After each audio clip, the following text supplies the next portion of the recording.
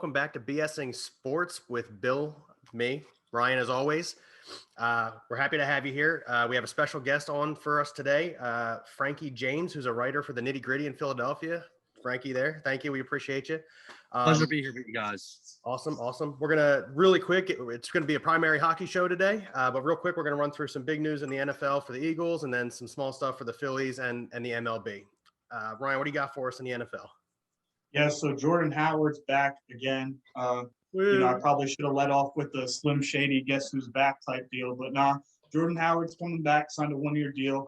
Whoop-de-doo. Maybe he'll actually get used this year. Who knows? If he's ridden the bench and then gotten cut last couple times. So that's all I have on that. And then the Eagles signed Eric Wilson. Loved it. Linebacker for the Vikings, 122 tackles, 3 interceptions, 3 forced fumbles last year. So they got him really cheap, 1-year deal, like $4.25 million, somewhere in that neighborhood, I believe, Bill. Yeah, that's accurate. The only other stuff, I also like the Eric Wilson signing. He's a physical linebacker from the Vikings, and I think it's going to be the kind of defense that we're running in Philadelphia this year. Very physical. So like I mentioned this to you last night, Ryan, Jim Schwartz defense, the way obviously we won a Super Bowl with him, which is wonderful. However, his bend but don't break philosophy, playing a lot of prevent, was really irritating at times, and I don't think we're going to see it this year. Hopefully not. The other information we got for the NFL is the Panthers robbed the Jets for Sam Darnold. The Jets We're talking about Jets like that, Bill. I'm just saying. The Jets get 2021 6th-round pick and a 2nd and 4th in 2022 for a quarterback who, I'm not saying he's the best quarterback in football or anything. However, he was plagued by a poor Jets team. That's pretty much all I have to say on that. Yeah, my take is the same. He was plagued by being in New York. They don't know how to put talent around anybody. He's going to do much better in Carolina. They got the weapons, DJ Moore, Robbie Anderson, Christian McCaffrey, who's going #1 overall in fantasy every year. He's going to do so much better in Carolina. He's an upgrade from Bridgewater, too. He has a better arm, a little less mobile than Bridgewater, but his arm strength will make up for it.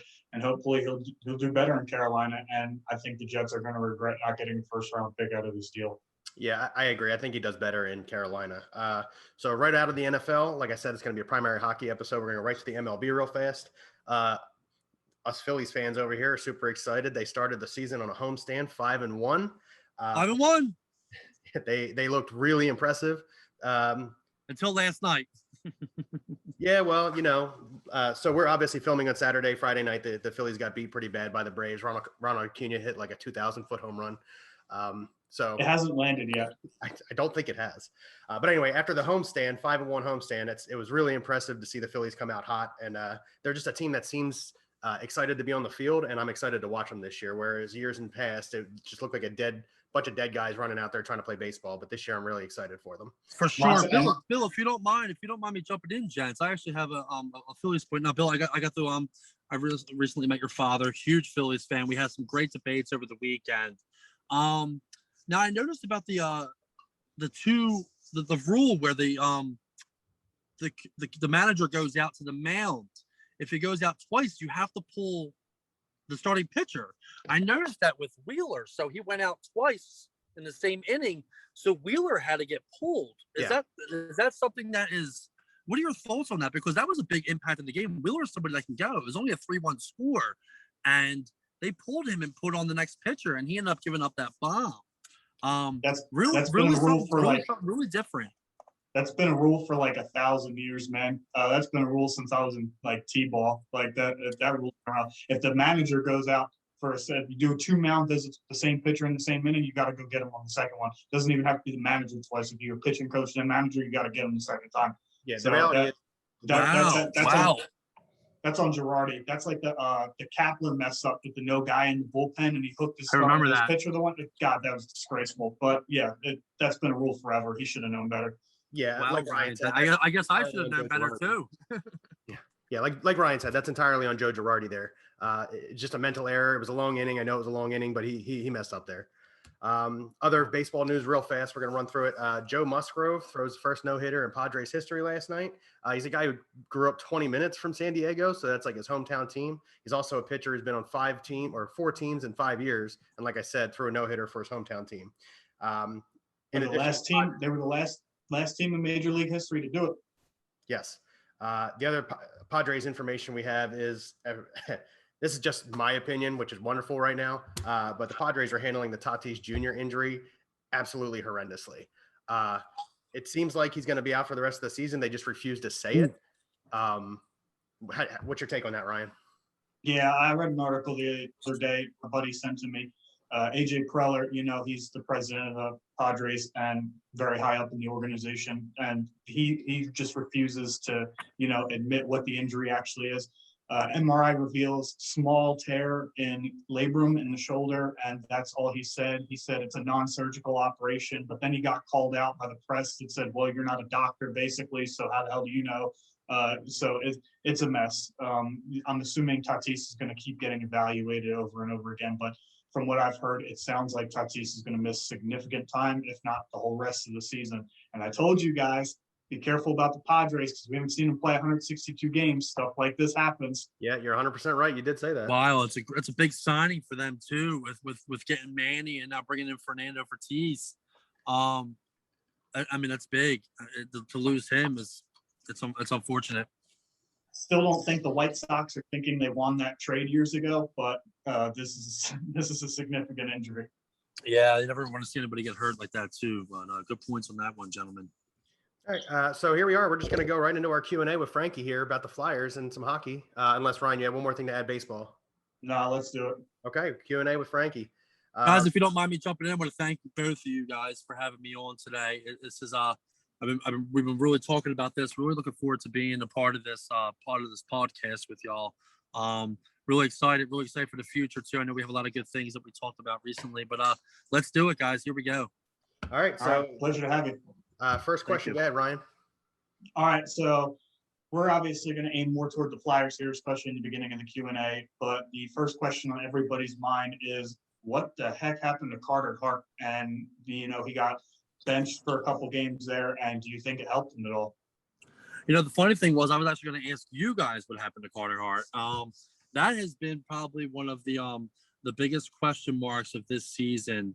And there's quite a few of them. Today, you actually kind of hopefully solved one of them.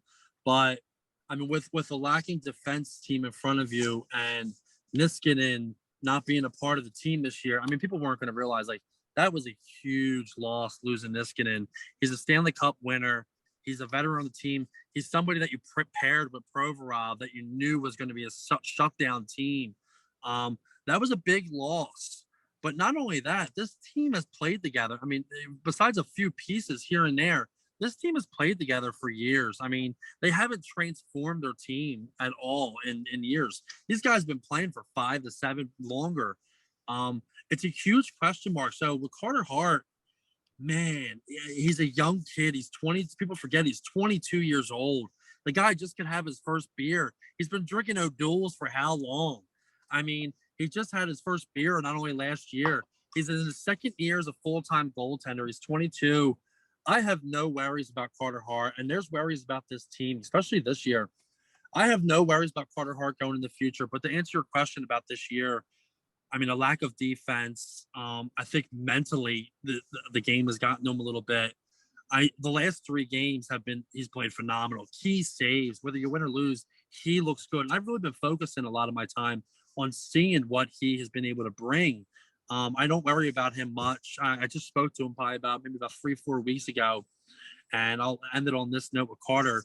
I think having Brian Elliott with him still as a mentor has been a big key for him and his success growing, because you see when you have that guy with you, that mentor with you all the way through. Brian Elliott's been here the exact same time as Carter Hart, maybe not as a backup role, but also as a mentor for Carter.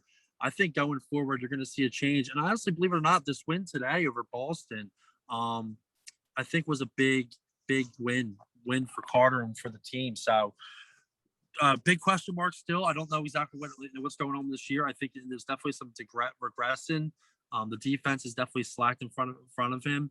But going forward in the future, don't worry too much about Carter Hart. But that's where I stand with that. All right, you kind of fed into our next question, which was a defensive situation. Now, I agree with you that today's win was huge. We had Brian Elliott in the net today, but going forward in the future, I agree. Same thing that you said. Yeah. That Carter Hart's probably not going to be a problem in the future. However, coming into this season, after the way they ended last season, there was a lot of hype around the fact that he was probably going to be one of the top 3 or 4 goalies in the league, and he just has not. Yeah. Ryan, what do you got on that? That's a lot of pressure for, like you said, a 22-year-old kid. I think it got to him a little bit. He is human as much as, we want him to be a brick wall. He's a human being. But I'm okay with Carter. He's struggling this year, sophomore slump. He's got his own issues to work out. Not really getting much help in front of him at all, so it's not entirely on him. But I'm fine. Keep him. Please don't throw out the 22-year-old goaltender. He'll be fine. You know how that is in Philly. I mean, yes, I know. I know. Not to cut you off, but you go back to some of the goaltenders. Like, I mean, whether he panned out or not, when the Flyers let go of Sergei Bobrovsky, I mean, I thought that was he ended up turning out to be good. He's been in the finals a few times. Really good goaltender and played for some good teams. I think that they had letting go of him a little bit early. You have to keep Carter Hart. I was just on a recent podcast not long ago with a guy talking Flyers, and there's only a few select people that I would really keep at this point, and Carter Hart is definitely one of them. Okay. Give us your take on the impact that Sam Morin has had. Sam Morin. Oh man, I remember when Sam Morin was drafted. Sam Morin, he's Cinderella man.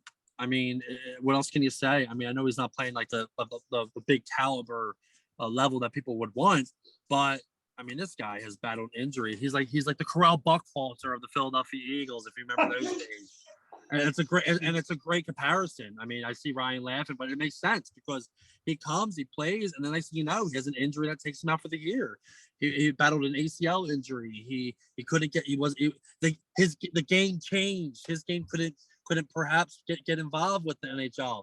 He's a big physical guy. The game has changed. I was fortunate enough to be there when Sam covering the team with my press media. I was in media row when Sam Morin scored his first goal as the Philadelphia Flyers. It was an unbelievable experience. I unfortunately didn't have a chance to talk to him after the game, but I think going forward, it's nice to have that body. I mean, what the defense is really struggling right now. Keep them in there. Why change them? I mean, let them be the body. You have to have somebody that's going to stick up for somebody. I mean, they make smart plays. Just play defense. You have to know your role. He's not a goal scorer. I'll take that one goal. Like old time hockey, you had certain players that were the body, the Zach Ronaldos that would take the body, make the play. Didn't score a bunch of goals, but you had the role. Sam Morin's role going forward has to be take the body, get the puck, play defense, play smart defense, take them out of the play, throw a hip check if need be, make a smart play. Don't turn the puck over. You get a goal, hell yeah. If you don't let them get a goal. So don't answer your question. I mean, I like him. I mean, it's a long time coming for this kid. This kid was drafted almost over 5 years ago, and we're finally getting the taste to see what maybe he can produce. And the game has changed, like I said, but going forward, keep him in the lineup. I mean, what at this point, we got to find out what you have. Okay, Ryan. Yeah, I agree. You got to keep Morin in the lineup, especially the other 6 or 7 guys have been running out there all year. Maybe with the exception of Provorov, have been very substandard. And, you talk about guys that not necessarily known for goal scoring, but I think Bill and I had this conversation the other day, this team is missing the Derek Grants, the Tyler Pitlicks, Michael Raffle was even better a year ago. Like we're missing guys like that, role players that can go on the fourth line. They can eat minutes, they can grind out, they can hit, they can throw they throw the body around, and they don't necessarily, show up on the stat sheet every night, but they do everything that's required to win a hockey game. And this team desperately needs guys like that right now. You want to great point, Nick Albay, absolutely. You want to dress Nick Albay-Cubel every night, and that's fine. He's a young dude, but he takes a lot of stupid penalties. Raffle's really the only true grinder we have on this team. Lawton kind of like more of a third line center, so to speak. I wouldn't necessarily on the fourth line, but this team's missing that bad. Brings up a great point, and it reminds me of a player, and you might agree to this, who I miss, and I wish they would never got rid of. Pierre Eduardo Belmar, great penalty killer. Wasn't a big goal scorer, but he never really made plays that he didn't hurt the team. Yeah, And that's important with went any on to any Las game. Vegas, but he had a great game, and that's a player that those role players, man, you don't understand how important they are. Not you guys per se, but I mean, you need them. I mean, you need players like Belmar and back in the old days, your Scotty Upshaws and guys that could just make plays. You look at the Islanders. Oh, Madonna mia! I mean, Barzell. This guy, nobody knew who Matthew Barzell was probably until last year. He's a play ahead of everybody. He's so fast. You need guys that can make those plays, and unfortunately, the Flyers don't have it right now. Yeah, I agree. Like I was about to say, it's important to have those smart playmakers on the team, guys who are going to come out, grind up minutes, like Ryan said, and not do stupid things to get put in the box or just to cause plus or minus points on the board. Moving a little bit forward on that one. Let's try and keep these quick. Yeah, I'm sorry, guys. I know. No. It's fine. So Claude Giroux keeps performing. I got my G jersey on right now. Claude Giroux keeps performing. So you're on the front line down up there, rather, because I'm in Florida. You're obviously in Philly. What kind of an impact does he bring day in and day out for the team? Oh, I mean, it's Claude Giroux. He's the captain. I mean, I remember when I first got into this business, he was the first article I wrote about. I mean, he's the hero. He's the guy that you're with the poster on the wall. It's Claude Giroux. He's one of the most underrated players in Philadelphia history. His impact is big. He's showing up. Actually, I think this is one of his better years, believe it or not. He's showing it. And, I got to speak to him actually when I was with you, and, we got a quote from him asking just about his play. And this is straight from Bill. I mean, Bill had the question, and I shot it forward. And I asked him, I was like, how's your play has been up and up in every game. And the response we got was he's trying to be a role model. He's trying to be a good player. He knows that the time is coming. He's got a year left on his contract. Claude Giroux is the best. I mean, the day is going to come where he's not going to be here anymore, and people are going to notice it. I mean, he's a great impact player, and Bill, like I said, had a great question. I'm happy I was able to deliver forward to Claude himself. All right, Frank. Hold on one second, Frank. Ryan, how do you feel? He's been screwed for years by this organization and its inability to get first-line talent around him.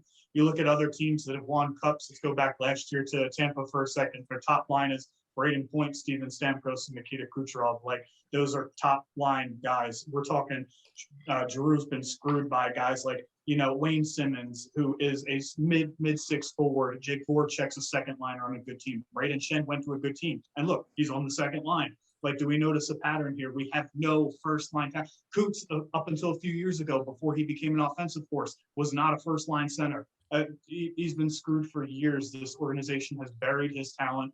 And not only that, he's not just a point getter. I was looking at the top 10 points over the span of the 2010s, and he's the only person in the top 10 with a minute over penalty kill time every game. Like, this dude does it all. And he's done it all for his organization. He's really the only reason the Flyers have made the playoffs every other year in the 2010s. So this guy's done it all, and he gets, shafted by the organization, by the fan bases. It's kind of a disgrace. And one day 28 is going to hang in the rafters, and I'm going to be at the game where they hang it. So, Ryan, my man, Ryan. Oh, I love it, brother. Sending you lots of love from Philadelphia.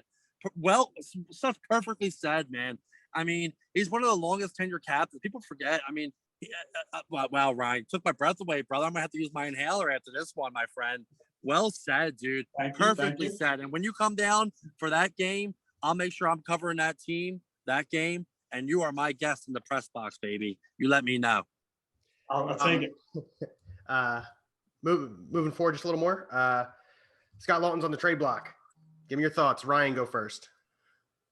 I was okay with it.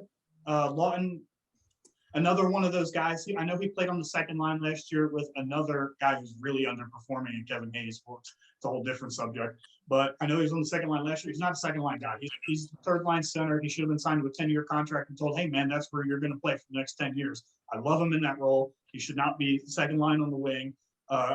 And I'm okay if they move him. I'm not okay if they move him to Pittsburgh, because Ron Hextall will probably put him in the right place, and then he's going to start kicking our ass every day. Pardon my French, guys, but yeah, I'm okay with him being moved. He the first round pick. He hasn't performed up to the first round pick. The hype. Yeah, I got you. He's done his job. So in addition to answering the Lawton question, Frankie, discuss very briefly the current trade market around the league and what you think we could get back for him. For Lawton, all right, so keep it short and sweet. 5 players I would keep. Coots, Farabee, Lindblom, Hart, and man, I wouldn't keep too many players. I think everybody is available at this point. Too many underachievers. It's a shame. I would move them. Let's see what you can get. It's just really tough to say. This year has been so crazy. Too many regression. I'm not afraid to move Scott Lawton. I'm not afraid to move Travis Konecny. I'm not afraid to cut Jake Voracek's contract. I love you, Jake, and he knows me personally, but he's got 4 years left. It's a big contract he got. I think when G moves, he moves, and that's next year's G's last year here. I'm not afraid to move anybody at this point. Besides those players, you have to build for the future. I'm not afraid to move Scott Lawton. Okay. And current trade market around the league. Oh man, well, you guys broke the news to me. Actually, I saw that before Twitter. Yeah, so we're gonna try and go into that one for you. Yeah. So David Savard, defenseman for the Columbus Blue Jackets, probably the most coveted defenseman on the market outside of maybe Dougie Hamilton. They haven't really put him on the market. Carolina's a good team, so they're not going to get rid of him. But David Savard on the move, going to the reigning Stanley Cup champion Tampa Bay Lightning, so we can go ahead and write their name in pen for the Stanley Cup again. That's my take, especially because Kucherov will be back for the playoffs. That 3-team trade with Detroit, that's huge. I don't have many details on it. Maybe Frankie's seen something when I broke it to him and now, but that's a big move. That blue line, him and Hedman are going to wreak havoc on people. That's so good, Victor Hedman, man. He's unbelievable. I remember when he got drafted, I used to play NHL that year. I'd always trade for him. I'm like, dude, give me this guy. I don't care that he's 18 years old with 78. That's so funny. I used to always guy. Trade for Maxime Afanaganov. Remember him for Buffalo? That was always the guy. No, stop. I don't trade for former Penguins. The Buffalo Sabre. But the Islanders were the big winner for the trade deadline for me. They brought in 2 veteran players. They lost Anderson, their captain for the year. They brought in 2 veteran players, not to mention, that played together actually for a long time in New Jersey. With Palmieri and Travis Zajac, 2 dominant players that can make plays. Palmieri gets hot, he can score goals. Islanders want to win the cup, and they have the team to do it. So we'll see what kind of push they make going forward. That is a huge, bold prediction there. That is not who Ryan or I have. Yeah, written. no. That'll be a good rerun in the East, though. I'll take that to 7 games, especially when the playoffs start. We'll have you back on. We'll talk some playoff hockey. Yeah, I agree. So real quick, we're going to finish up. We only got a few more things to talk about. We just discussed very briefly who we think is going to go into the cup. So we obviously, I'm a Lightning person. You're an Islanders. Ryan's a Lightning person. Who do you got coming out of the other conference? Well, I'm definitely not an Islanders person. So here we go. Stanley Cup. Oh man, I like Dallas still. I think Dallas is just getting better and better. We'll see what they can do. I'm not sure exactly where they stand right now, but I like them a lot. The Lightning. I'm up there. The Lightning go back. I have family roots that go back to Tampa. They'll definitely make it. So I'll call a Dallas Tampa finals. Ryan? Definitely not Dallas. I'd be shocked if they made the playoffs. Out of the West, I think the Western Conference Finals probably gonna be Colorado, Vegas. Go ahead and give me Colorado.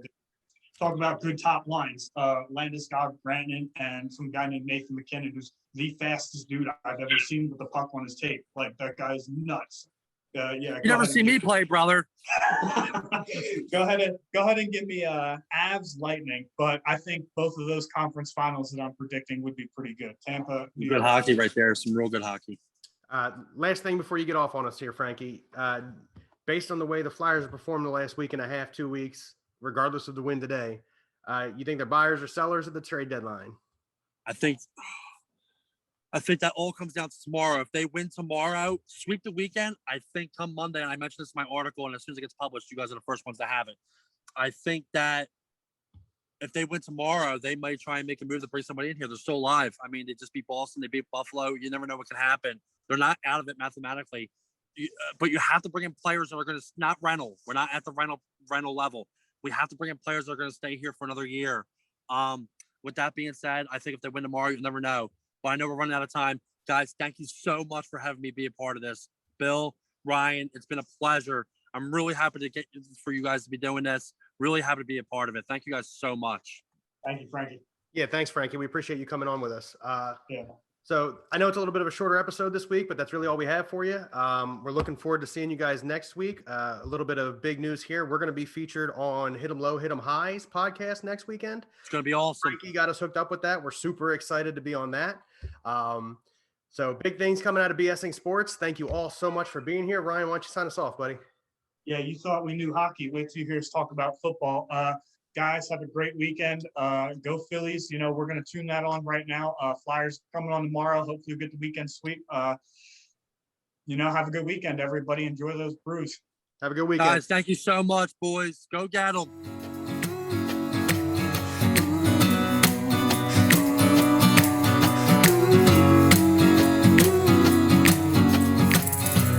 Another night